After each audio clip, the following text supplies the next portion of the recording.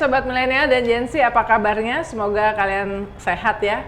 Yang tinggal di Jabodetabek, hati-hati kalau keluar rumah pakai masker. Kalau olahraga disarankan oleh Pak Menteri Kesehatan lebih bagus di atas jam 5 sore. Kalau pagi justru polusinya lagi tinggi-tinggi karena industri-industrinya justru sedang beroperasi. Nah, kita ketemu lagi di program Real Talk with Uni Lubis. Seperti selalu saya sampaikan bahwa di balik sebuah peristiwa, isu, fenomena, ribuan jutaan aktivitas selalu ada sosok manusia yang menginspirasi. Darinya kita bisa belajar duduk perkara tentang sebuah peristiwa, sebuah event. Dan minggu ini saya rasa mulai dari tanggal 1 September sampai 7 September, Indonesia sedang menjadi tuan rumah dari perhelatan KTT ASEAN ke-43. Jadi sudah dimulai kemarin tanggal 1, 2, 3, hari ini kenapa saya pakai kebaya, karena hari ini dress code-nya adalah pakaian nasional.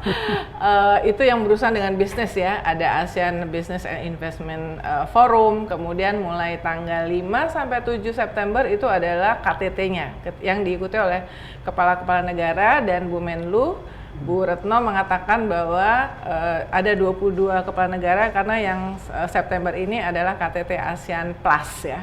Yang KTT ASEAN saja yang 10 negara plus 1 observer Timor Leste sudah dilakukan di Labuan Bajo. Nah, sebetulnya sejak awal kalau kita ngomong tentang ASEAN ya, orang yang paling ahli pakar zaman saya masih muda, saya ngejar-ngejar beliau untuk dapat komentar soal ASEAN ya.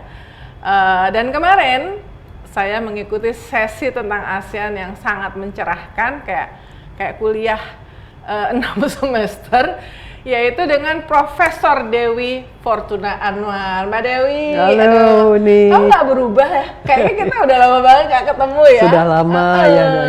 Gitu, jadi kemarin itu Profesor Dewi Fortuna itu memandu sesi sesudah pembukaan di ASEAN Business Advisory Council ya, yang diadakan oleh Kadin, dan pembicaranya semua tentang apakah ASEAN itu, kan ini temanya Indonesia itu ASEAN Matters Epicentrum of Growth ya. Tapi kemarin itu dengan sangat tajam Mbak Dewi itu menanyakan ya, mengejar pertanyaan udah lebih tajam daripada jurnalis, apakah benar ASEAN itu masih relevan? Beberapa waktu yang lalu bahkan kita dengar Perdana Menteri Sanana Gusmao yang baru terpilih bilang kalau ASEAN nggak bisa menyelesaikan soal konflik Myanmar, apa perlu Timor Leste terus tetap melanjutkan menjadi anggota ASEAN? Dan seperti itu ya, selalu menjadi pertanyaan. Nah, tapi sebelum ke situ, saya mau nanya karena kita audiensnya milenial dan Gen Z. Mbak Dewi, kenapa kok terus kemudian dulu memilih untuk menekuni isu-isu internasional? Oh, itu ceritanya panjang, Uni ya. Sebenarnya saya kuliah di Inggris ya, di School of Oriental and African Studies, di SOAS di University of London. Saya belajar sejarah Asia Tenggara. Nah, dalam sejarah Asia Tenggara tentu Indonesia termasuk di dalamnya. Nah, saya belajar tentang Maritime Southeast Asia, tentang Mainland Southeast Asia. Special subject saya sebenarnya tentang Perang Vietnam ya. Tapi waktu saya mengambil Master Area Studies Southeast Asia, tesis saya justru tentang politik Indonesia. Tentang Islam dan politik. Masih di Inggris? Masih di SOAS. Masih di SOAS. PhD. Ya. Tapi itu ceritanya. Jadi saya menulis tesis untuk masternya The Ka'bah and the Garuda. The Dilemma of Islam in Indonesian Politics ya. Jadi itu menganalisa cukup tajam tentang kebijakan Orde Baru yang waktu itu melakukan depolitisasi, mengebiri lah ya Islam politik waktu itu. Jadi saya mengutip banyak ilmuwan-ilmuwan kayak Nurcholish Madjid dan sebagainya. Itu saya pulang ke Indonesia itu di awal 80-an, saya balik ke Indonesia akhir 82. Saya masuk LIPI ya, Lembaga Ilmu Pengetahuan Indonesia yang sekarang sudah menjadi BRIN ya. Nah, Prisma majalah Prisma ya yang diterbitkan oleh P3S minta izin untuk menerjemahkan tulisan saya tersebut, diterjemahkan kalau nggak salah oleh Fakri Ali. Pendek saja tapi diterjemahkan karena tesis kan lebih panjang ya, diterjemahkan dalam bahasa Indonesia. Kemudian ini bercerita agak panjang ya, pecah konflik tragedi Tanjung Priuk. Ketika ada kasus tentara berkonflik dengan kelompok-kelompok Islam begitu dan sebagainya, ada beberapa tokoh waktu itu yang ditangkapin. Termasuk waktu itu yang jadi Sekjen ASEAN Pak Darsono itu tentara ya, tentara HR Darsono. Dia dipecat jadi Sekjen ASEAN karena dianggap terlibat dalam krisis domestik. Tapi ada juga namanya AM Fatwa. Oh, oke. Ya, dia waktu itu anggota DPRD atau anggota DPRD. Terakhir Pak AM Fatwa wakil ketua DPR kan? Iya, iya. Dari PAN. Iya, tapi waktu itu saya baru masuk LIPI sebagai CPNS ya. Calon pegawai negeri masuk di petisi 50 ya? Iya, baru calon pegawai negeri sipil ya. Waktu itu saya tidak tahu menau, innocent aja. Saya nggak punya jaringan apa-apa di Indonesia karena saya baru pulang dari Inggris. Saya di Inggris itu saya mengambil sejak umur 15 sampai umur 25 saya di Inggris. Jadi my high school ya, secondary school, O level, A level sampai BA, master di Inggris semuanya. Jadi saya nggak punya jaringan di Indonesia. Saya PP-nya. Tapi unbeknown to me, tanpa pengetahuan saya, itu tulisan di Prisma yang tentang Ka'bah dan Garuda, dilema Islam dalam politik Indonesia itu dikutip di dalam pledoinya. Pledoinya Pak HR. Di pledoinya Fatwa. Pak Fatwa. Iya, ketika itu. Jadi ternyata tanpa sepengetahuan saya, tiba-tiba waktu itu saya lagi latihan prajabatan ini, saya dapat telepon dari Prisma. Ini kalau ada yang mencariin, kalau ada yang yang nanya-nanyakan tentang sana, bilangin nggak tahu apa-apa ya. Ada apa? Ternyata itu Prisma disidang oleh Bakin. Bakin itu Badan Koordinasi Intelijen Nasional dan Analisa Intelijen. Nah, Badan Koordinasi Intelijen Nasional. Sekarang jadi BIN, Badan Intelijen Nasional. Jadi mereka itu mempertanyakan ini tulisan dan nyari-nyari saya, tapi saya dilindungi oleh LP3S oleh Prisma. Termasuk pembesar-pembesarnya mengatakan itu si Dewi ini nggak tahu apa-apa, ini anak baru pulang dari Inggris, tidak punya jaringan dengan kelompok muhajirin ada apa-apa muhajirin di Indonesia ya. Terus, nah waktu itu saya kan ini baru jadi calon pegawai negeri sipil dan kemudian udah jadi pegawai negeri sipil tahun 84 oleh Deputi Bidang Ilmu Pengetahuan Sosial Kemanusiaannya LIPI waktu itu, almarhum Profesor Mukhtar Bukhari, bekas dosen di Bandung, teman dari kedua orang tua saya juga almarhum dulu dosen di Bandung. Dia cari, Dewi, kamu pergi aja sekolah, tapi tolong jangan menulis tentang Indonesia yang dalam negerinya. Jangan nulis tentang politik Indonesia, tentang apa. Terus bilang waktu itu, wah saya sebenarnya pengen menulis tentang PRRI. Tentang PRRI. Karena Mbak Dewi ini kan lahir di Bandung, tapi semuanya keluarga Sumatera Barat ya? Iya, ibu dan ayah dari Sumatera Barat, orang Minang. Tapi kedua orang tua saya kan lahir, mengajar di IKIP Bandung. Jadi saya, Danti, Desi, kami bertiga lahir di Bandung. Yang disebut Desi itu Desi Anwar guys, kalian pasti tahu yang lebih muda. Nah, tapi karena kami orang Minang, saya tuh udah dijanjikan dikirim ke kampung. Jadi saya SD sampai SMP pulang ke Sumatera Barat, ke Payakumbuh ya. Setelah itu orang tua pindah ke Inggris, ayah saya mengambil PhD dan kemudian juga mengajar di SOAS tadi di University of London. Jadi saya ke London ya. Nah, waktu saya di kuliah di London, saya tertarik untuk mempelajari tentang PRRI. Ini yang PRRI itu ya Pemerintahan Revolusioner Republik Indonesia, jadi pemberontakan yang termasuk bapaknya Pak Prabowo itu terlibat ya, Sumitro dan lain-lain ya. Jadi kalau ada konflik itu terlalu lama, ada konflik pindah ke sana ke Sumatera. Tapi Pak Mukhtar bilang dan yang lain-lainnya bilang pokoknya jangan ngambil tentang politik Indonesia, dalam negeri Indonesia ya. Apalagi kalau kamu orang Jawa ngambil PRRI boleh. Tapi karena orang Minang itu dianggap nanti pemberontak. Nanti ada bias. Jadi udah ada di Prisma ada tulisan tentang Islam, kemudian jadi pemberontak, nanti kamu kan nggak aman katanya. Nah waktu itu ASEAN ini baru mulai ya, ini di awal 80-an itu kami di LIPI itu mulai ada kajian. Waktu itu di lembaganya Lembaga Riset dan Kebudayaan Nasional di bawah LIPI mulai ada studi-studi tentang ASEAN ya. Kemlu juga meminta LIPI untuk mengkaji tentang ASEAN. Jadi sudah mulai memberikan perhatian pada itu. Jadi saya bilang oke deh, saya nulis tentang ASEAN saja. Jadi akhirnya judul tesis saya mengambil PhD di Monash University di Melbourne. Itu tesisnya namanya ASEAN as an Aspect of Indonesian Foreign Policy.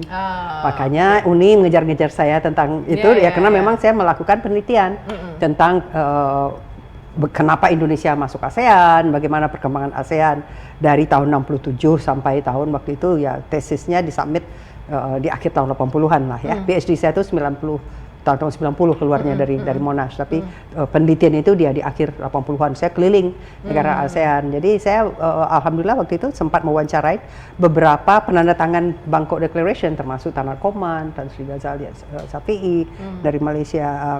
Pak Adam Malik sudah meninggal, tapi saya mewawancara orang-orang dekatnya. Jadi itu kenapa ASEAN karena ya? saya Jadi memang karena pokoknya jangan tentang Indonesia ya. Pokoknya jangan tentang politik. Tapi sebagai peneliti dan pakar bukannya lebih laku kalau misalnya jadi Indonesia ya? Jadi sekarang saya serendipity ya, karena kalau di ini kalau keluar saya diminta bicara tentang dalam negeri masih bisa, karena saya belajar tentang politik dan sejarah Indonesia. Tapi bicara tentang politik luar negeri juga itu, dan itu jadi spesialisasi tentang ASEAN ya, tentu ya bagian politik keamanannya. Jadi justru itu menguntungkan saya jadinya. Oke, satu pertanyaan lagi. Ini misteri yang saya udah pengen tanya sejak tahun 99 ke Mbak Dewi. Sebelum ke ASEAN. Jadi Mbak Dewi ini juga pernah menjadi staf khusus dari Presiden B.J. Habibie. Dan kita tahu ada dua hal. Satu, di era Presiden Habibie kemudian dimungkinkan referendum Timor Timur yang kemudian menjadi merdeka, Timor Leste. Gimana ceritanya? Pertama koreksi, bukan staf khusus. Kalau staf khusus itu bukan PNS ya. Oh oke. Jadi saya diangkat, saya kan PNS dari LIPI. Saya waktu Pak Habibie jadi Wapres, waktu itu Pak Habibie diberi tugas lebih oleh Pak Presiden Soeharto waktu itu untuk menangani isu-isu luar negeri. Karena katanya Habibie lebih banyak jalan dah keluar karena saya udah mulai tua. Jadi untuk pertama kali di Sekretariat Wakil Presiden ada suatu formasi namanya Asisten Wapres Bidang Globalisasi.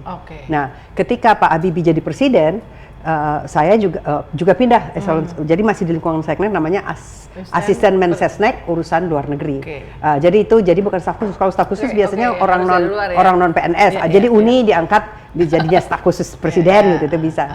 Jadi gimana ceritanya itu? Nah ini kalau karena kita ini juga ahli tentang itu. Mbak Dewi ini kalau mau ditanya orang yang paling tahu, ahli tentang kenapa kok Presiden Habibie kemudian memungkinkan referendum.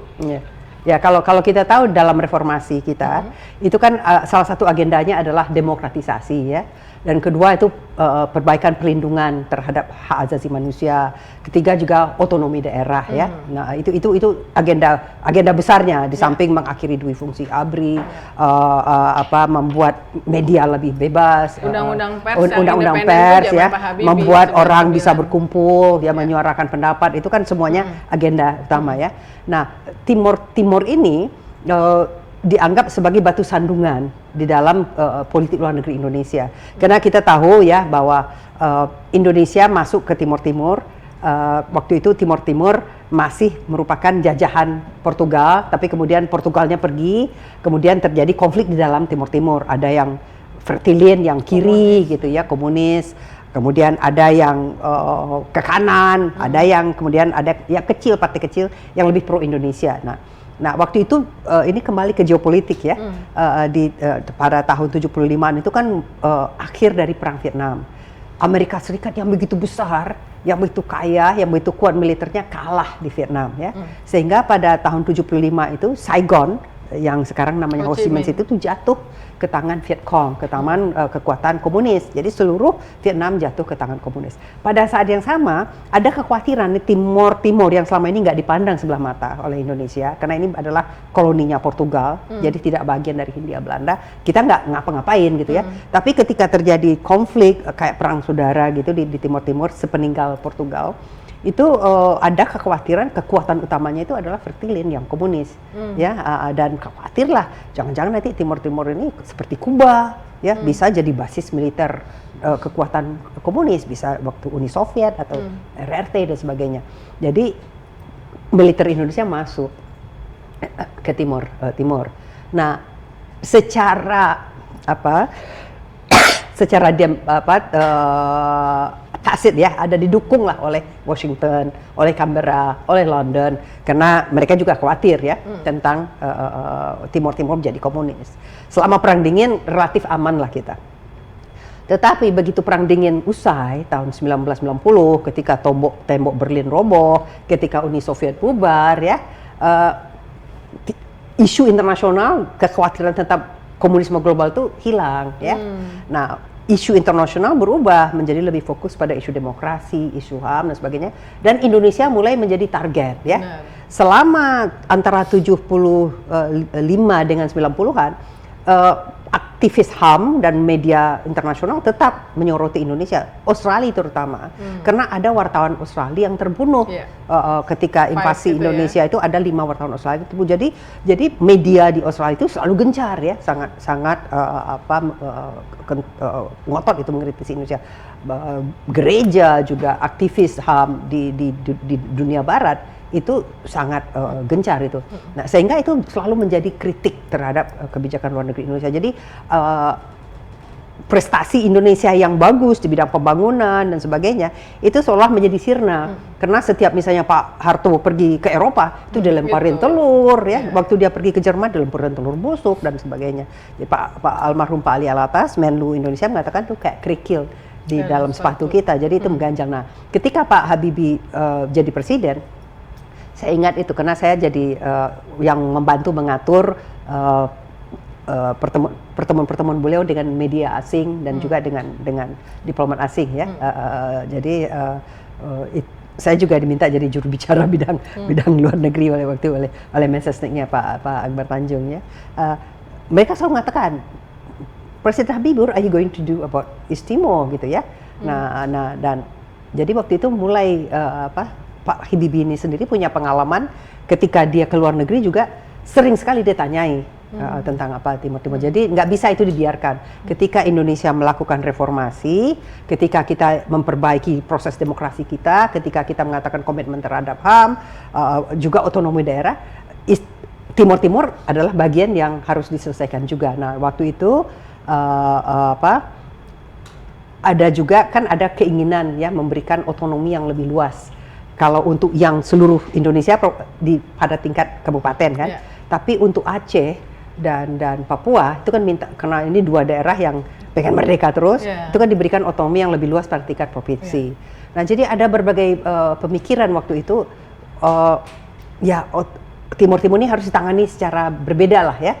Nah, sehingga waktu awalnya tidak kepikir untuk referendum, tapi memulailah berbicaraan dengan pihak Portugis ya,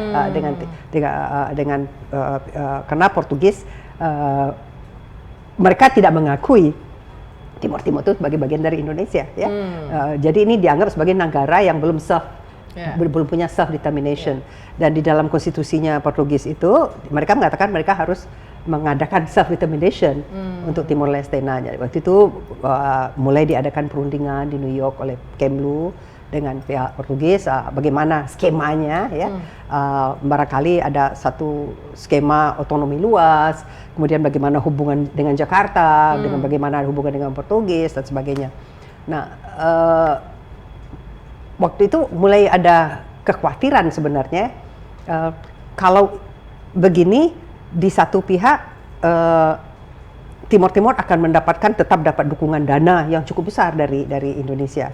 Tetapi di bawah skema ini dia juga akan boleh membangun menjalin hubungan keluar ya, dapat bantuan dari luar. Waktu itu kan provinsi ke-27 ya. Iya, dan dananya besar dari Jakarta. Dan setiap ada pelanggaran pasti Indonesia kena lagi gitu ya. Jadi nggak selesai sebenarnya ya. Dan pada tengah lagi perundingan yang alot ini, bagi Indonesia ingin kalau ada pemberian otonomi yang lebih luas untuk Timur itu sudah akhir, final ya, nggak boleh diganggu-gugat lagi kedaulatan Indonesia atas Timur. Tetapi bagi pihak Portugal menganggap ini hanya perantara untuk bagaimanapun akhirnya harus tetap ada referendum self determination. Jadi kalau tidak soon laternya gitu ya.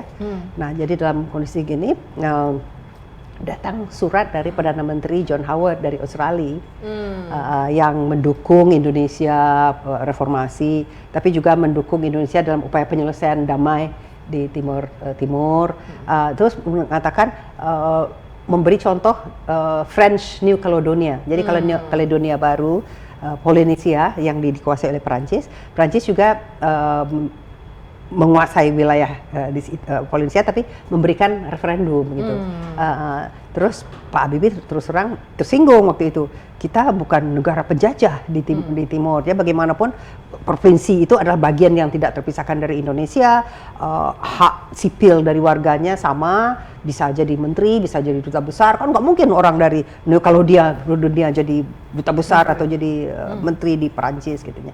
Nah, kemudian dia waktu itu Pak Habibie membuat catatan di belakang, kan ada disposisi surat John Howard itu dikirim sama dia ke kabinetnya, ke menteri-menteri yang berkaitan di bawah Menko Polhukam lah ya. Jadi kira-kira kalau seandainya setelah berapa tahun itu, setelah 27 tahun ya, lupa saya. Kan 75 ya, 75 ke 98. Ya, 23 tahun. 23 ya. Setelah sekian tahun begitu, Timur bagian dari kita. Kalau dia nggak mau lagi bagian dari kita, ya kita pisah baik-baik saja gitu ya. 25 tahun. Iya, 25 tahun. Ya, jadi apa? Kita lihat baik pisah baik-baik saja begitu ya. Dengan ya karena itu tahun 98 ya, jadi ya 23 tahun lah, karena 75 ya, 75 jadi 23 tahun ya, jadi kita bisa baik-baik saja. Nah itu akhirnya dibawa oleh Menko Polhukamnya waktu itu, Pak Faisal Tanjung, rapat sidang dari jajarannya ke Menko Polhukam, jadi Menko Polhukam, Menlu, Menhankam Pangap, ada yang Abri setuju. Ya, apa yang lainnya, Abri, dia apa namanya? Pak Wiranto sebagai Menhankam Pangap waktu itu ya, Menteri Pertahanan Keamanan, dan juga merangkap sebagai Panglima ABRI waktu itu. Dan hasil dari permintaan itu mereka bawa ke rapat kabinet. Saya kebetulan karena sebagai eselon 1 ikut mencatat-catat ya, akhir-akhir itu mereka semuanya setuju. Setuju ya? Iya, bahwa kita lebih baik pisah baik-baik ya, karena ini mundur kena kalau seandainya itu digantung. Kalau seandainya kita katakan dia diberi otonomi khusus atau otonomi lebih luas, tapi kita dan Indonesia bisa memberi bantuan, Portugis bisa memberi bantuan, negara-negara lain juga bisa memberi bantuan. Kemudian sementara mereka juga boleh menjalin hubungan dengan negara-negara yang berbahasa Portugis misalnya. Itu kan justru memperkuat identitas lokalnya, sementara nanti mereka juga tetap akan menuntut self determination. Nah, jadi nggak ada jaminan itu juga akan lebih pro Indonesia. Jadi ngapain kita harus tetap investasi dana yang begitu besar, kemudian reputasi, karena keamanan masih tanggung jawab Polri dan sebagainya. Sementara tentara harus dibarakkan gitu ya. Jadi akhirnya ya itu keputusannya. Lebih baik sooner rather than later, supaya itu selesai once for all. Tapi saya kira yang mungkin tidak banyak diperlihatkan, kita tidak ingin otonomi luas dianggap sebagai first step towards referendum. Sementara Aceh dan Papua kan juga akan diberikan otonomi luas ya. Nah, kalau seandainya kita memberikan hak pada Timor Leste, Timur untuk hidup bersama Indonesia dalam otonomi luas, tapi kemudian dia dikasih referendum di ujungnya, itu bisa dijadikan contoh ya, menuntut juga ini. Ya, kita tahu di Papua juga masih menuntut itu juga. Jadi bilang lebih baik selesaikan ini dan kita apapun hasilnya diterima gitu ya. Akhirnya itu diserahkan ke PBB. Pada awalnya tuh semuanya mendukung, PBB mendukung, TNI mendukung, semuanya mendukung. Cuman ya hasilnya tidak sesuai yang diharapkan Indonesia. Tidak peaceful ya. Tidak peaceful ya. Jadi ya tentu ya saya kira siapapun yang menang, kemungkinan terjadinya konflik, seandainya yang pro integrasi yang menang, kemungkinan yang anti integrasi yang melakukan kekerasan ya. Jadi ya, itu emang resiko yang disayangkan itu, karena kita Indonesia tidak membolehkan pasukan perdamaian untuk ikut terlibat gitu, karena ini masih bagian dari NKRI. Nah, Indonesia nggak mau mengizinkan, tapi itu kenyataannya ya ada kesulitan karena ada ikatan emosional juga kan dari pihak TNI kita dengan yang kelompok pro integrasi, sehingga ketika pro integrasinya yang marah gitu, mungkin mereka kesulitan juga ya, ada emotional barrier gitu ya. Itu tapi ya sekarang Indonesia punya hubungan yang baik dengan mereka menganggap Indonesia sebagai negara yang paling suportif. Iya, jadi kita yang dulunya tuh musuhan, dan cepat sekali, dan yang paling salut ya, Pak Habibie kan dikritik ya karena ujungnya yang Messi itu. Pada awalnya sudah bagus gitu, tapi karena ada kekerasan dan sebagainya, kita mendapat kecaman internasional juga, dan tentu menyalahkan ini kita kalah ya. Tetapi bagaimanapun pemerintahan yang sudah punya Pak Habibie, pemerintahan Gus Dur, pemerintahan Ibu Megawati itu menerima secara demokratis ini adalah keputusan negara. Dan yang saya sangat salut, yang saya bangga ya sebagai orang Indonesia, Presiden Megawati pergi. Jadi ketika serah terima kedaulatan, jadi setelah referendum 99 sampai 2002 kan itu di bawah naungan PBB yang melakukan administrasi dan pengamanan. Setelah 2002 diberikan kedaulatan penuh ke Timor Leste, dan Indonesia hadir, Presiden Republik Indonesia hadir. Coba bayangkan, Indonesia dengan Belanda, itu lama sekali Belanda nggak mau mengakui kemerdekaan Indonesia tahun 17 Agustus. Tidak pernah mau ada permintaan maaf, tidak pernah mau hadir di Indonesia ya.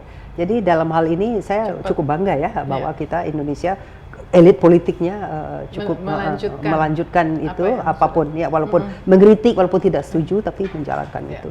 Dan waktu Bu Mega ke sana, saya ada di Atambua bersama dengan ratusan pasukan khusus Mbak Dewi.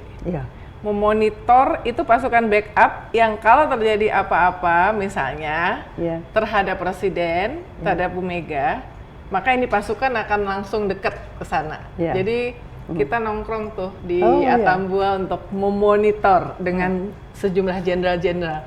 Alhamdulillah semuanya aman. Semuanya aman. Dan itu tadi, jadi ada hubungan yang semakin erat antara Jakarta dengan Dili, dan itu tadi Indonesia dan menunjukkan kebesaran hatinya. B.J. Habibie 2019 di tengah kota Dili banget. Oke, nah itu akhirnya terjawab. Sekarang kita ke soal anak muda, kamu perlu tahu tentang ASEAN dan apa sih relevansi ASEAN buat Indonesia ya? Karena itu even sekarang pun di KTT ke-43 sebenarnya itu pertanyaan mendasarnya. Jadi kenapa ASEAN ya? Nah kebetulan ini bagian studi saya dulu. Jadi mungkin ini anak-anak ini sebagian udah cucu ya. Mbak Dewi jadi, udah mau 65 tahun tapi nggak kelihatan loh Mbak. Jadi pada awal tahun 60-an itu kan hubungan antar tetangga negara ASEAN ini sangat buruk ya. Indonesia berkonfrontasi dengan Malaysia. Juga waktu itu Singapura masih bagian dari Malaysia, jadi masih ikut berkonfrontasi dengan Singapura. Malahan kita mengirimkan marinir ke Singapura untuk meledakkan salah satu bangunan di sana ya. Jadi di perbatasan Kalimantan itu terjadi konflik ya antara pasukan Indonesia dengan pasukan Malaysia. Nah, Malaysia juga punya hubungan yang buruk dengan Filipina karena Filipina mengklaim Sabah yang merupakan bagian dari Malaysia kan sekarang ini. Nah, jadi hubungan yang sangat buruk di antara sesama negara ASEAN ini itu menimbulkan ketidakstabilan. Sementara di daerah mainlandnya, daerah daratan itu masih terjadi berkecamuk perang Vietnam ya. Jadi ketika terjadi konfrontasi ini terjadi ketika Presiden Soekarno masih memimpin Indonesia, jadi waktu Orde Lama lah ya. Nah, ketika terjadi pergantian pemerintahan di Indonesia, Orde Baru yang dipimpin oleh militer yang sangat anti komunis, itu terjadi perubahan orientasi kebijakan luar negeri kita. Karena melihat kekhawatirannya ancaman komunisme, terutama dari kalangan militer dan pemikir-pemikir strategis di Indonesia waktu itu mengatakan satu-satunya cara untuk mencegah masuknya komunisme adalah untuk menghilangkan alasan kenapa rakyatnya jadi komunis. Dan itu tidak bisa dengan menempatkan pasukan yang besar. Karena komunisme itu kan dari ideologi ya. dan biasanya itu muncul karena ketidakpuasan, karena ada kesenjangan sosial, ekonomi dan sebagainya. Jadi fokus harus pada pembangunan ekonomi, ya. Jadi makanya Orde Baru itu ada namanya ada 3 prioritas waktu itu adalah meningkatkan pembangunan, memastikan stabilitas politik, karena kalau nggak stabil nggak mungkin ada perdagangan, nggak mungkin ada inovasi. Jadi stabilitas itu utama, ya. Kedua, melakukan pembangunan ekonomi dipercepat, dan ketiga melakukan pemerataan pembangunan tersebut. Jadi untuk mencapai stabilitas politik, pembangunan ekonomi dan pemerataan, itu lingkungan regional tuh harus stabil. Kenapa? Kalau nggak stabil, kita kan selalu itu uang kita yang sudah sedikit dipakai untuk membeli senjata. Anak muda yang harusnya bekerja untuk hal yang produktif dikirim jadi tentara, ya. Itu jadi akhirnya sepakat bahwa yang harus utama dilakukan adalah mengakhiri konfrontasi. Jadi Indonesia berbaikan dengan Malaysia. Malaysia juga konflik dengan Singapura. Tadi Singapura itu bagian dari Malaysia. Tapi karena khawatir di Malaysia ada pihak yang merasa kalau Singapura tetap dari bagian Malaysia nanti yang Cinanya terlalu dominan. Akhirnya itu didepak. Jadi Singapura tuh nggak pengen keluar dari Malaysia, itu dia didepak keluar dari dari tahun 63, ya. Jadi akhirnya Singapura juga sendiri. Tapi hubungan masih suka panas dingin kan. Jadi 3 negara ini yang dianggap sebagai rumpun utama dari ASEAN itu ada Indonesia, Malaysia dengan Singapura, mengatakan kita harus damai, ya. Nah, setelah itu bagaimana memastikan supaya perdamaian ini langgeng gitu. Harus ada ikatan khusus, ya. Nah, kemudian itulah Thailand waktu itu ikut berperan sebagai membantu ini, mendamaikan rumpun-rumpun Melayu ini juga, ya, ikut aktif. Dia Bangkok dia netral aja, ya. Kemudian Filipina juga akhirnya sepakat ini, Indonesia, Malaysia, Singapura, Thailand dan Filipina, yang kebetulan semua pemerintahnya itu non komunis dan anti komunis, dan semuanya menghadapi pemberontakan komunis dalam negeri. Indonesia waktu itu ya baru selesai dengan G30S PKI-nya. Tapi di Thailand itu ada kekuatan komunis utama di selatan. Di Malaysia juga masih ada waktu itu gejolak pemberontak komunis utama di Semenanjung, di Malaysia Timur, ya. Filipina itu masih menghadapi juga pemberontakan komunis utama juga di sebelah selatan. Jadi mereka sama-sama berkomitmen kita harus menghadapi ancaman komunis di dalam. Jangan sampai kekuatan luar, Perang Vietnam, seluruh Indochina udah jatuh ke komunisme, ya. Vietnam, Kamboja, Laos itu udah di bawah komunis. Jangan sampai nanti kekuatan luar memanfaatkan kekuatan di dalam, maka seluruh Asia akhirnya jatuh ke tangan komunis gitu. Jadi akhirnya mereka sepakat berdamailah, ya. Itulah ASEAN dibentuk pada awalnya. Itu untuk membangun hubungan yang harmonis antara sesama negaranya, terutama bukan untuk membangun integrasi waktu itu, tapi untuk membebaskan negara-negara anggotanya agar bisa lebih fokus ke urusan di dalam negeri, ya. Jadi tadinya uang yang untuk beli senjata, yang untuk memperbesar angkatan perang, bisa difokuskan untuk bikin jalan, untuk bayar kesehatan, untuk ya hal-hal yang lebih produktif, ya. Waktu awalnya itu ASEAN itu nggak banyak melakukan apa-apa, cuman menteri luar negerinya aja main golf satu sama lain. Pokoknya yang penting saling kenal, ya. Tapi yang juga penting adalah untuk sebagai lobby keluar. Jadi negara-negara ASEAN ini walaupun waktu itu masih sedikit sekali kerjasamanya, tapi keluar mereka bisa kompak. Pertama untuk memperkuat diri secara bersama menghadapi ancaman dari Cina waktu itu yang terutama, ya.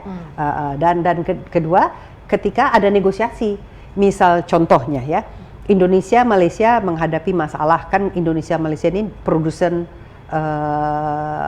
getah, rubber, ya, natural rubber, karet, ya, karet gitu. Sementara Jepang mengembangkan industri karet sintetis, sehingga pasar karet Indonesia dan Malaysia itu terancam. Ini 2 negara ini itu ikut bersatu, ikut menekan Jepang dalam hal itu untuk meningkatkan daya jualnya karet. Misalnya juga Singapura yang punya Singapore Airlines itu ada masalah dengan Australia. Hanya urusan Singapura, tapi Singapura gandeng teman-teman ASEAN-nya untuk menekan Australia. Jadi sebagai lobby untuk meningkatkan daya tawar keluar, itu bargaining itu juga. Tetapi terutama itu tadi adalah itu urusan sesama di dalam ASEAN sendiri. Bagaimana memastikan supaya di dalam kawasan sendiri itu damai. Karena kalau kita lihat yang terjadi di Timur Tengah, sama-sama satu agama Islam, orangnya juga berbahasa Arab, dari segi rasnya juga Arab ya, tetapi berantem terus ya satu sama lain, sehingga akhirnya yang untung yang jual senjata kan, dan selalu itu konflik dan justru memungkinkan kekuatan asing semakin bercokol di situ ya. Kalau kita lihat di Timur Tengah, kalau pergi ke Bahrain itu basis militer Amerika yang besar di situ. Pergi ke Arab Saudi itu basis militer Amerika yang besar di situ. Kemudian pergi ke Syria itu menjadi proksi antara Rusia lawan Amerika dan sebagainya. Nah, kita sedang mengalami perang Vietnam. Jadi di lingkungan yang tadinya ASEAN, kita tidak ingin ada intervensi asing. Jadi walaupun sebagian dari negara ASEAN itu punya politik luar negeri yang condong ke Amerika, misalnya Filipina itu kan terikat sempat ada Subic juga kan? Iya, jadi Amerika dengan Filipina ini kan ex jajahannya Amerika Serikat sesudah Filipina merdeka dari Filipina tadinya dijajah dari Spanyol, tapi kemudian ketika Spanyol kalah dalam konflik dengan Amerika Serikat, Filipina jatuh ke tangan Amerika Serikat, kemudian dia merdeka, tapi dia tetap memiliki aliansi militer ya dengan Amerika Serikat. Sementara Inggris, Singapura dan Malaysia itu juga punya hubungan ya. Jadi Malaysia dan Singapura itu tetap punya hubungan security alliance ya dengan Inggris. Indonesia yang sendiri yang non aligned. Thailand juga punya dulu treaty alliance dengan Amerika Serikat. Jadi meskipun ada orientasi kebijakan luar negeri berbeda, tetapi sebagai satu kesatuan ASEAN mereka tuh berusaha agar lebih bebas aktif ya. Selama perang dingin memang lebih condong ke Amerika Serikat, tetapi atau ke Barat, tetapi tetap juga waktu itu menjalin hubungan dengan Uni Soviet. Cuman Indonesia dan negara-negara ASEAN lainnya belum membuka hubungan dengan Tiongkok ya. Waktu itu kita membukukan. Indonesia termasuk yang pertama menjalin hubungan diplomatik dengan Tiongkok, dengan People Republic China itu tahun 50-an. Tapi kita Indonesia membukukan hubungan itu pada tahun 67-an sekitar itu ya. Karena RRT dituduh terlibat di dalam gerakan mendukung PKI di sini. Nah, baru Indonesia membuka hubungan lagi dengan Tiongkok. Tapi selama itu ya untuk memastikan kita bisa bebas mengurusi diri sendiri di dalam, untuk menjadi tameng terhadap ekspansi komunisme dari luar, terus kemudian untuk meningkatkan daya tawar keluar dalam bargaining, negosiasi dagang. Tapi yang paling penting juga mengubah citra Indonesia. Indonesia itu tadi kan dianggap sebagai bully kawasan, negara yang terlalu besar berkonfrontasi dengan negara tetangga yang lebih kecil. Jadi orang takut ya Indonesia sangat agresif, dan itu jadi dengan berada dalam ASEAN, Indonesia itu bisa mengubah citranya, dan Indonesia selalu selama ini memainkan peranan yang lebih low profile di dalam ASEAN, menjadi pemimpin dalam ASEAN tetapi tidak dengan mendikte, jadi selalu dengan lebih namanya kayak katanya orang Jawanya itu Tut Wuri Handayani, memimpin dari belakang begitu. Meskipun secara size jumlah populasi dan tentunya ekonomi paling besar ya? Paling besar, dan itu tadi kesuksesan ASEAN banyak pihak mengatakan, termasuk Kishore Mahbubani, seorang diplomat senior dari Singapura menulis ya, bahwa ASEAN itu harus berterima kasih pada Indonesia karena tidak banyak negara besar yang berperilaku seperti Indonesia kepada tetangganya yang lebih kecil ya. Kita lihat bagaimana Amerika di Amerika Selatan ya, bagaimana dia cenderung asertif. Kita lihat bagaimana India di Asia Selatan ya, dia cenderung sangat asertif, sehingga asosiasi negara-negara Asia Selatan itu tidak berkembang karena mereka India dianggap terlalu dominan. Kita lihat bagaimana di Timur Tengah ya, Arab Saudi dan negara yang lainnya membuli Qatar, ya hal seperti itu. Jadi kekuatan asosiasi regionalnya itu nggak jalan. Ya. Sementara di lingkungan ASEAN, karena Indonesia sangat sadar dianya terbesar dan punya track record yang tidak bagus dengan konfrontasi, itu selalu berusaha. Kita memang harus memainkan leadership di dalam ASEAN, tapi cara kita mainkan itu katanya itu lebih gaya Jawa. Lebih gaya Jawa. Ya. Bertambah kelima adalah upaya untuk supaya semakin stabil juga. Nah, jadi bertambah ketika perang dingin sudah berakhir, dari awalnya ASEAN ini memang untuk Southeast Asia ya, untuk seluruh Asia Tenggara. Jadi waktu awal itu sebelum tahun 67 itu Indonesia sebenarnya ingin Myanmar sudah masuk ya. Dari awal ya. Kamboja juga ya. Sudah diajak masuk. Tetapi mereka waktu itu menganggap itu mereka terlalu berdekatan dengan Cina ya. Kalau masuk ke ASEAN itu dianggap nanti terlalu pro barat. Sementara Vietnam memang belum diajak karena masih perang ya. Laos juga belum diajak karena masih terbawa konfliknya perang Vietnam kan.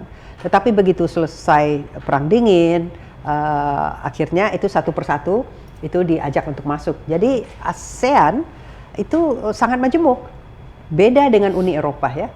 Di Uni Eropa itu ada syarat untuk masuk. Negaranya harus demokratis, negaranya harus menganut ekonomi pasar, harus menghormati HAM dan sebagainya. Di ASEAN ada negara yang Brunei dah masuk duluan pada tahun 80-an yang dipimpin oleh raja yang absolut, monarki ya. Kemudian masuk negara-negara yang komunis ya. Nah, mereka dibiarkan saja sebagai negara komunis.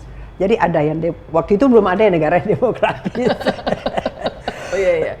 Tidak ada yang negara kan demokratis. Minta tolong air minum dong. Jadi belum ada yang negara demokratis ya. Sehingga waktu saya keliling ASEAN waktu wawancara tesis saya juga berbicara dengan kalangan civil society, dengan NGO, termasuk di Indonesia. Mereka di satu pihak menganggap ASEAN itu penting, karena itu mendamaikan negara tetangga dan itu membuat negara kawasan kita lebih aman, dan itu membuat kita lebih bebas untuk membangun dalam negeri. Tetapi para aktivis demokrasi bilang, cuman ya ASEAN ini juga merupakan klub pemimpin otoriter. Mereka saling belajar satu sama lain. Mereka tuh saling belajar satu sama lain bagaimana cara membungkam oposisi begitu.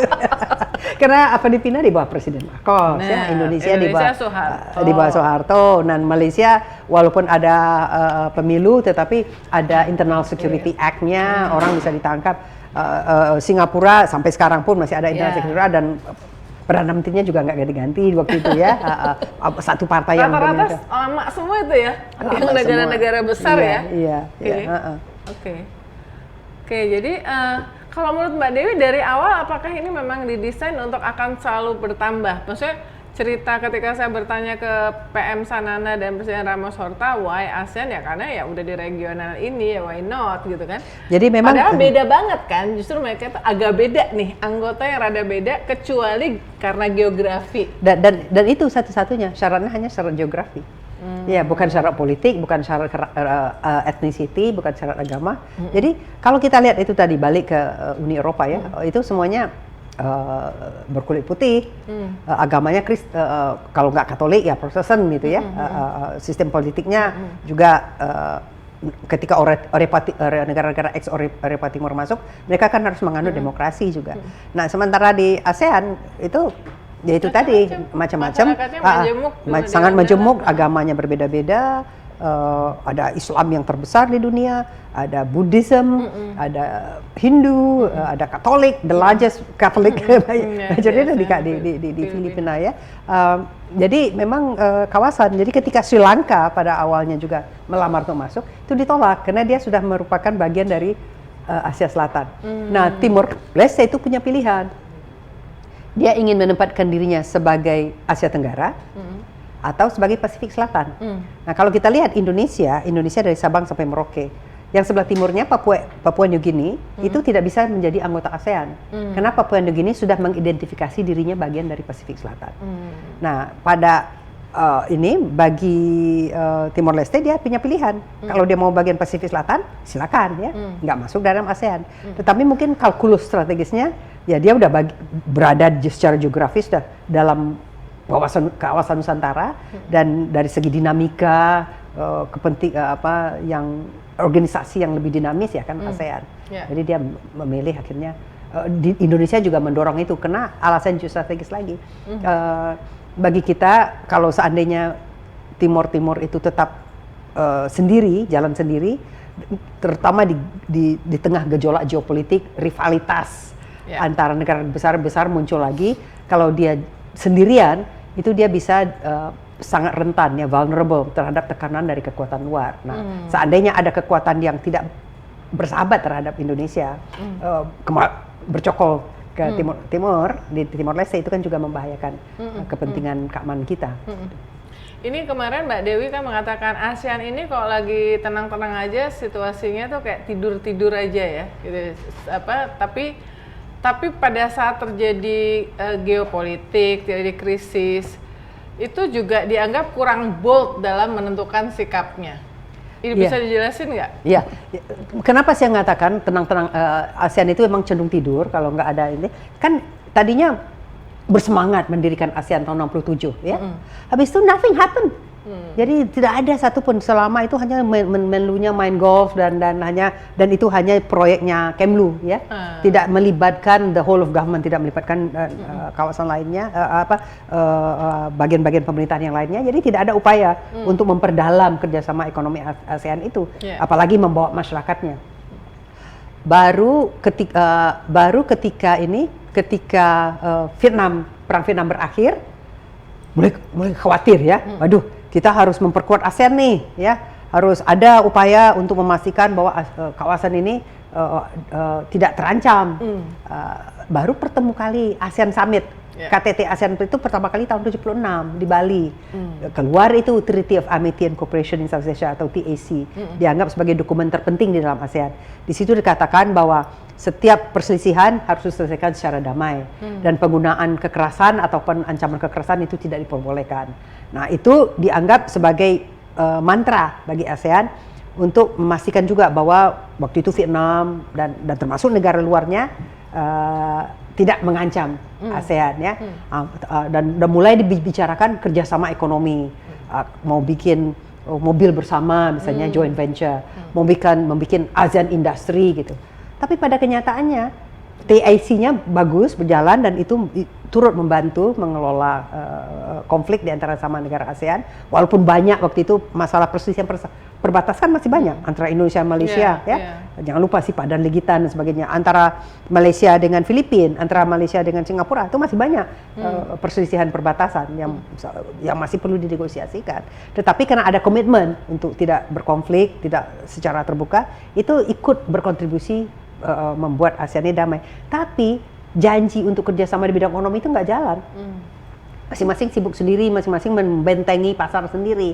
Indonesia sebagai negara terbesar tidak mau membuka pasar kita, karena katakan ya itu nanti pasar ASEAN artinya hanya pasar Indonesia. Sementara ekonomi kita belum kompetitif gitu ya. Ketika ada kesepakatan untuk preferential trading agreement atau perdagangan preferensial, lebih banyak negative listnya daripada positive listnya. Dalam tesis saya itu, dalam penelitian itu yang dibolehin, boleh mengimpor traktor salju ya dari Filipina. ya nggak banyak gunanya ya di dalam ASEAN. Jadi akhirnya nggak banyak itu kemajuan. Baru setelah Uni Eropa semakin solid pada tahun 91, 92, Uni Eropa itu semakin solid dan mulai juga semakin meningkatkan barirnya terhadap negara-negara luar ya, dan dia juga mulai memperluas keanggotaannya sehingga semakin sulit masuk ekspor kita ke negara-negara Eropa ya. Pada saat yang sama, karena perang dingin berakhir, negara-negara ex Uni Soviet juga mulai maju, mulai menganut ekonomi pasar. Cina mulai menganut ekonomi pasar, Vietnam mulai menganut ekonomi pasar. Waktu itu Vietnam belum menjadi tetap aja ya, at the end of the day kan kapitalis soal ekonomi. Jadi kalau mau jadi kaya itu harus jadi kapitalis ya, karena terbukti sosialisme, komunisme hanya membesarkan negaranya, tapi tidak memakmurkan rakyatnya ya. Manusia itu bagaimanapun kalau dia tidak memiliki aset itu sendiri, gairah entrepreneurial itu nggak akan muncul ya. Jadi kalau ada suatu perusahaan yang buruhnya itu digaji pas-pasan, atau restoran yang dia itu PNS gitu ya, dia malas-malas ya. Tapi kalau restoran itu milik dia, kalau dia nggak kerja keras, dia nggak akan untung, ya dia nggak akan maju ya. Akhirnya kan kita lihat bagaimana industri Uni Soviet hancur ya, karena tidak kompetitif. Begitu juga RRT nggak bisa meningkatkan kesejahteraan rakyatnya dengan sistem komunisme. Jadi semuanya menjadi kompetitif, menjadi kompetitor negara-negara ASEAN yang tadinya Indonesia dan negara ASEAN lainnya dengan mudah bisa jualan ke Eropa, jualan ke Amerika, jualan ke Jepang. Sekarang menghadapi banyak saingan. Nah, akhirnya baru mulai bicara tahun 92 itu ASEAN. Aduh, kalau gitu kita harus membangun ASEAN Free Trade Area. Makanya kita bilangin kalau nggak ada ancaman tidur. Tapi begitu ada ancaman, mulai itu reinventing ASEAN ya. Jadi dari situ semakin tadinya ASEAN yang sangat minimalis, akhirnya semakin mengintegrasikan diri. Tadinya nggak ada ASEAN Sekretariat yang kuat ya. Kemudian dibuatlah setelah tahun 76 ada ASEAN Sekretariat. Waktu itu lebih sebagai kantor pos katanya. Setelah itu diberi didanai yang lebih besar, walaupun itu tetap masih kecil. Cuman perlu diperhatikan bahwa ASEAN beda banget dengan Uni Eropa ya. Uni Eropa itu dari awal didesain untuk menjadi organisasi supranasional. Jadi dia memiliki DPR Eropa, memiliki mahkamah peradilan Eropa, seperti pemerintahan ya, seperti pemerintahan. Dia bisa membuat legislasi ya pada tingkat Eropa yang kemudian negara-negara anggotanya harus turut ya. Akhirnya Inggris yang masuk belakangan sampai gerah kan keluar kan. Nah, sementara negara-negara ASEAN dari awal tidak ingin satu integrasi regional yang terlalu mengikat. Kenapa?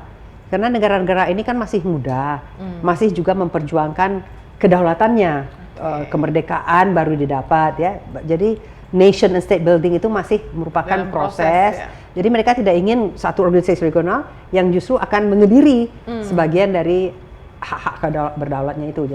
Jadi kalau kita lihat integrasi ASEAN ini itu jalannya sangat incremental. Ketika ada keperluan baru ditingkatkan lagi. Ketika ada tantangan baru ditingkatkan lagi gitu.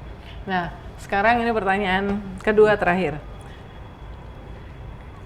Kenapa menurut Mbak Dewi ASEAN itu masih relevan terutama buat Indonesia dan manfaatnya buat anak muda apa? Ya, pertama walaupun tidak ada Cina atau Amerika atau urusan geopolitik di luar sana ya, hubungan lingkungan kita ini tetap harus dipelihara ya. Jadi kita tidak bisa take for granted hubungan yang harmonis, yang stabil antar negara ya.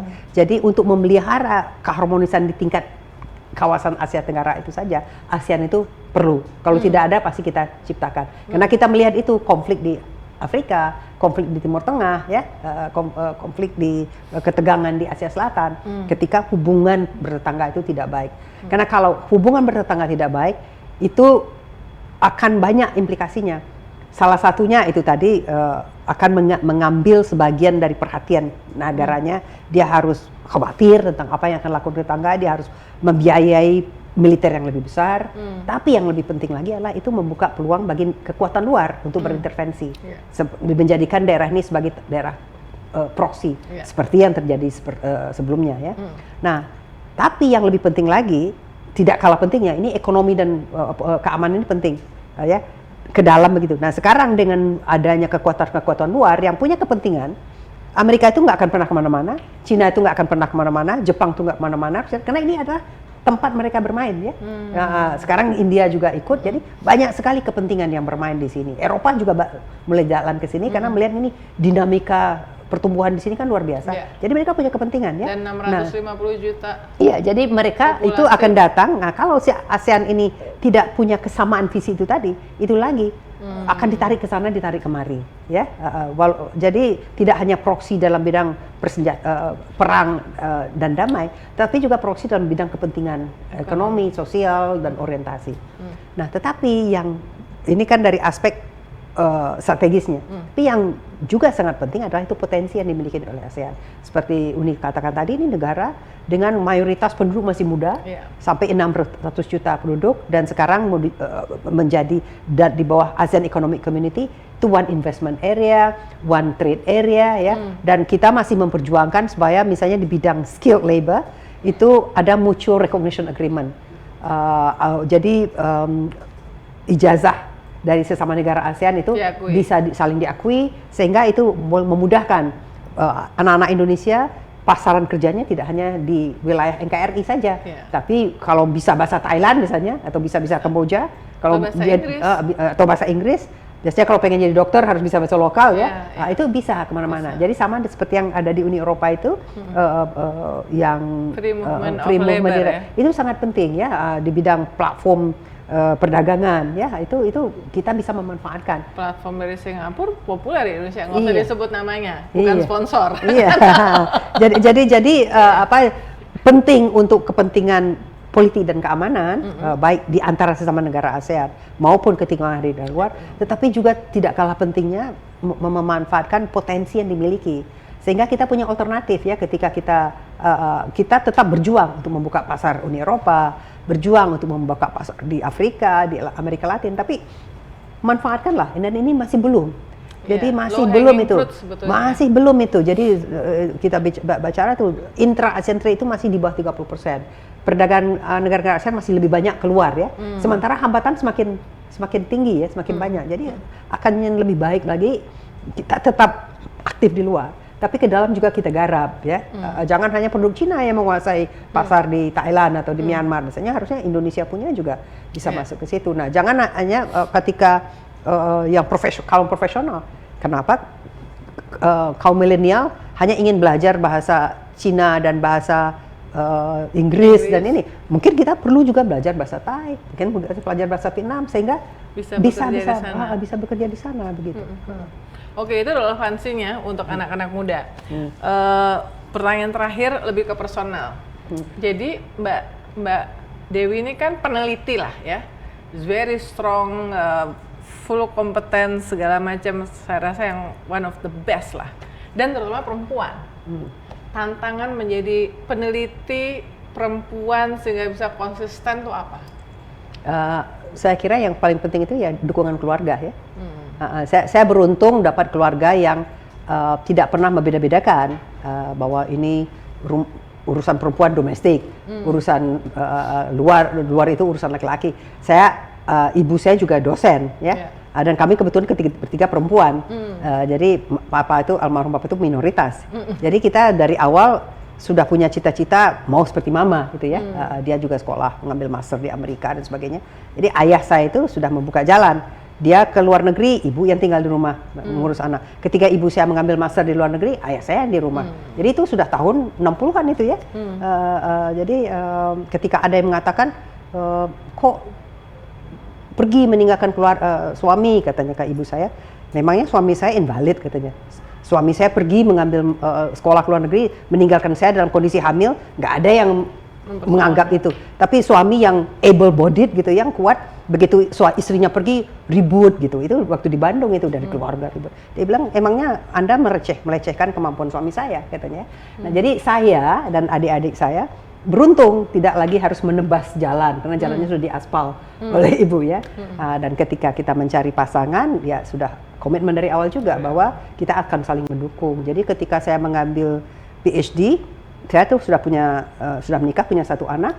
Suami saya yang menjadi ya single parent ya. Kita untungnya punya extended family, bisa bantu dan sebagainya. Tapi itu komitmennya ya mendukung saya di situ. Jadi saya pergi sekolah dan pergi di Amerika, saya ke Australia, saya congressional fellow ke Amerika, kemudian saya mengambil jadi visiting professor di Kyoto, di Amerika juga, di Kyoto, kemudian di Singapura. Suami dengan senang hati ikut membantu. Waktu saya mengambil PhD, saya penelitian di sini, dia jadi research assistant saya, ikut mengantar-ngantar, ikut membantu fotokopi. Dia juga seorang profesional yang sukses ya. Dia nggak merasa terancam dengan karir saya. Jadi dukungan keluarga itu sangat penting. Behind every great man, katanya there's a great woman. Behind every successful woman, there has to be a very great man. Also. Tapi di LIPI dan yang sekarang jadi BRIN, apakah seperti itu kondisi yang dihadapi oleh peneliti perempuan? Umumnya sama. Indonesia beruntung ya, kita termasuk umumnya. Jadi saya kebetulan orang Minang, jadi emang sudah biasa ya. Kalau kita pergi ke pasar di Sumatera Barat itu pasti ibu-ibu yang menguasai pasar ya. Itu sudah mereka aktif di bidang ekonomi. Kalau kita melihat banyak yang jadi guru, malahan kalau di Sumatera Barat itu yang banyak jadi PNS itu perempuan, laki-lakinya entrepreneur ya. Jadi ada yang stabil. Tapi ada yang jadi sesuap nasinya dijamin yang PNS, mercy-nya yang yang entrepreneur. Nah, tetapi saya udah lihat itu dari berbagai suku di ini nih, apakah itu di LIPI, apakah itu di universitas. Saya lihat keluarga Indonesia malahan sekarang yang banyak jadi sarjana itu kan perempuan, ya. Jadi saya melihat itu anak-anak muda ini mereka sangat forward looking juga. Saya karena saya PNS, saya keluar masuk pemerintahan. Jadi waktu di era Pak Habibie, saya sudah jadi eselon 1. Kemudian saya balik ke LIPI, saya juga jadi eselon 1 di LIPI selama 9 tahun dari 2001 sampai 2010 saya deputi ilmu pengetahuan sosial kemanusiaan. Selama itu saya tetap harus mengembangkan penelitian karena waktu itu masih dibolehkan. Tapi antara 2010 sampai 2017 saya jadi birokrat lagi, saya jadi deputi di Wapres, deputi bidang politik untuk Pak Budiono, deputi bidang politik dan kemudian deputi dukungan kebijakan untuk Pak JK, ya. Sampai saya memasuki usia yang nggak boleh lagi jadi pejabat, ya. Saya balik ke LIPI. Karena sebagai LIPI ini peneliti ini kayak jurnalis juga ya, Mbak, nggak ada pensiunnya sebetulnya. Nggak ada. Kalau untuk menulis nggak ada pensiun. Tapi untuk jadi peneliti, posisinya. Kalau untuk jadi peneliti fungsional itu, kalau dia profesor, ahli peneliti utama daripada level saya itu kita menurut undang-undang sistem penelitian itu, undang-undang ilmu pengetahuan dan penelitian itu, pensiunnya umur 70. Kalau di bawah itu misalnya untuk peneliti madya itu 65. Tapi kalau birokrat 60 mereka sudah pensiun. Jadi saya sebagai birokrat sudah nggak boleh lagi, tapi sebagai peneliti terus, ya. Tapi 5 tahun lagi kalau Allah memberikan rezeki umur, Mbak Dewi nggak akan terlalu banyak berubah dan kayaknya 70 tahun juga tipe-tipenya masih produktif. Insya Allah, sebab kalau kita lihat ya orang-orang yang tetap Pak Emil Salim itu udah 95-an umurnya, ya. Dan masih sangat lucid, dia masih sangat menggebu. Pak Hashim Jalal itu masih aktif menulis. Ibu Profesor Meling Uwi udah 80-an, ya, udah. Ibu Saparina Sandi sampai ini juga. Jadi bahaya bagi kita itu adalah berhenti berpikir dan berhenti beraktivitas. Itu Alzheimer akan datang, banyak penyakit, ya. Jadi justru jangan pikun. Nah, dan itu harus dengan tetap aktif, ya. Jadi Uni walaupun tidak jadi tidak memegang kekuasaan ini, tapi tetap ya sebagai jurnalis, penulis. Sekarang kan freelance juga banyak. Wah, itu yang terakhir tuh tips untuk kalian tuh anak muda Indonesia, ya. Jadi terus keep learning attitude, kemudian terus lifelong learning. Dan itu bahwa kita walaupun kita belajar di ini, tapi kita kemudian kesempatan, jadi kadang-kadang kesempatan, ya, ada atau kadang-kadang dipaksa belajar tentang macam-macam itu. Jadi tetap harus ada core, harus ada fokus, tapi kita bagaimanapun juga harus memperluas, dan itu membaca, nggak hanya dengan menonton loh, nggak bisa itu. Benar. Meskipun sekarang anak muda bawanya nonton YouTube, Mbak, boleh, iya, tetapi kita tetap bagaimanapun juga literasi itu harus tetap dijaga, ya, karena kita hanya akan bisa menulis kalau kita bisa membaca. Ya. Wah, thank you banget, Mbak. Tidak seperti janji saya 40 menit, ini 1 jam, tapi mumpung ada kesempatan karena Mbak Dewi sampai sekarang masih sangat aktif dan padat. Habis ini rapat lagi, ya, di tetangga depan, ya? Enggak, saya harus ke Habibie Center karena iya. Bosnya di Habibie Center juga. Terima kasih sekali lagi, dan kita akan lihat hari-hari ini apakah KTT ASEAN akan menghasilkan sesuatu yang signifikan, doable, dan responsif terhadap situasi yang sedang terjadi. Ya, kita harapkan begitu karena Indonesia itu dianggap sebagai natural leader of ASEAN. Dianggap itu ekspektasi memang lebih tinggi terhadap Indonesia. Dan Indonesia paling jauh kalau jadi tuan rumah, keren kan, selalu. Ya, tapi kita bukan hanya sebagai event organizer, ya. Jadi harus ada hasil-hasil yang berdampak. Dan selama ini Indonesia biasanya setiap Indonesia jadi ketua ada sesuatu yang cukup signifikan. Thank you. Dan ini kameranya yang mana, yang untuk closing, yang tengah? Kita sudah di akhir dari Real Talk with Uni Lubis, episode anak muda. Kalian mesti tahu apa sih relevansi ASEAN, tapi bonusnya adalah di awal saya bertanya sesuatu yang mungkin kalian juga ingin tahu, sesuatu yang selama ini banyak jadi misteri, nggak banyak dibicarakan. adalah bagaimana detik-detik proses kemerdekaan Timor menjadi Timor Leste yang dimungkinkan di era Presiden Habibie, di mana Mbak Dewi Fortuna Anwar adalah orang dekatnya Presiden dan bekerja langsung bersama Presiden sehari-hari. Jadi itu behind the scene. Karena apa? Karena semakin banyak kalian tahu, kalian dapat pengalaman, itu selalu menjadi guru yang terbaik. Sampai ketemu di Real Talk berikutnya.